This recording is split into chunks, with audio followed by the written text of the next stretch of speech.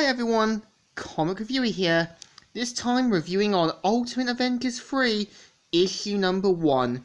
Now, much like the Ultimate Avengers had its own series, which was meant to kind of deal with the after effects of Ultimatum, as well as introducing us to a whole new different card field.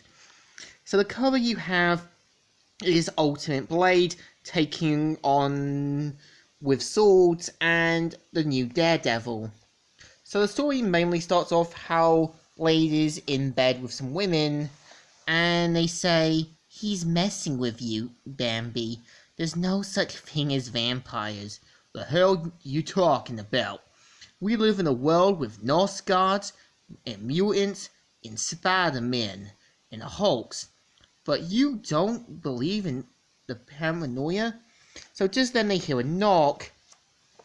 Turns out that a growing group of vampires have been following their new leader, and they pretty much say, "You've seen what he's done in a few short months, you know. The kind of power he's got now. All the vampire clans are under his command." So pretty much Blade shoots one of them down and goes full on vampire mode and takes them down single-handedly. And turns out the women he was sleeping with are actually vampires as well, so makes quick work of them. And just sees one of them escaping. And of course manages to get to him just in time. And even uses the sort of cross, saying, "Now do me a favor and burn." "Huh? I'm Jewish, you moron. That cross might as well be the Coco Cano logo." And so he aims it right into his chest, and we kind of see who the new vampire villain is, which is a guy in an Iron Man suit. So we're introduced to Ray Connor, who suffers the same fate as Matt Murdock, and we're introduced to Stick, who wants to train him to take on the vampires. And we see them playing pool, and see one of the people they were playing with saying, "I'll tell you what happened. I got muscled. That's what, Sticks." And so Sticks manages to beat the guy down single-handedly, and plans to train Ray Connor as the new Daredevil. And we're introduced to how Ray has made his own Daredevil costume, which is meant to be a reference to the early Daredevil costume.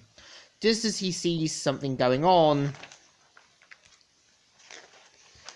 Styx has been turned into a vampire, and tragically Ray gets bitten as well. And Nick Fury finds out mainly that a growing number of superheroes and other people have been disappearing, and decides to call on for the team, with Captain America saying, "What General Fury always does, Hawkeye. Put a team of badasses together, and this is the story." So this issue is alright, but I think it wastes a little bit of potential because it seems to build Ray Connor up as a new Daredevil only to get quickly killed off. And they seem to build this villain as a guy in an Iron Man armor, yet they could have used Dracula, maybe Mobius the Living Vampire, or some other vampire-like villain. It seems like they really ran out of ideas.